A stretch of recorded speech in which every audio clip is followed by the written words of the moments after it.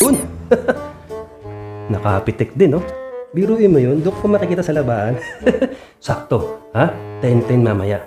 I-add to cart ko na at i-check out yung mga brick tsaka short na kailangan ko. Oh! Pingin naman ako ng ano? 500? 500 para saan na naman? Sa collection ko. Alam mo na yun, may kinokollect ako, di ba? 500 collection? Ikaw, noong nakaraan nagsinungaling ka, ha? Natututo ka magsinungaling. Binigyan ka namin ng 500, sabi mo, project.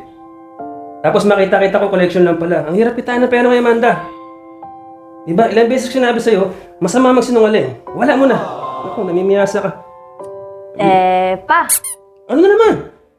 Speaking of bawal magsinungaling, may naalala kasi ako nung Pasko. Oh, ano yun?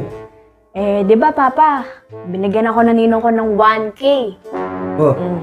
Tapos sabi, ibili mo raw yung mga collection na gusto ko. Oh. Papa, hindi mo naman tinupad eh. Ibig sabihin, sinungaling ka rin pala. Ay, nako. Hindi naman sa ganun, Nak. Oo nga, no? Di, ibigay mo na ngayon para fix tayo. Oo nga, no? Ay, hindi, pero ito, ibibigay ko, ha? Hindi ako sinungaling, Nak. Medyo nakalimutan ko lang. Siyempre, si Papa tumatanda. Madami ginagawa sa bahay. So, ayun na. Sige na. Ha? Kaya ta? Yun, nakatubo pa. Kaya 500 lang yung hinihingi nung kanina. 1K yung binigay ko.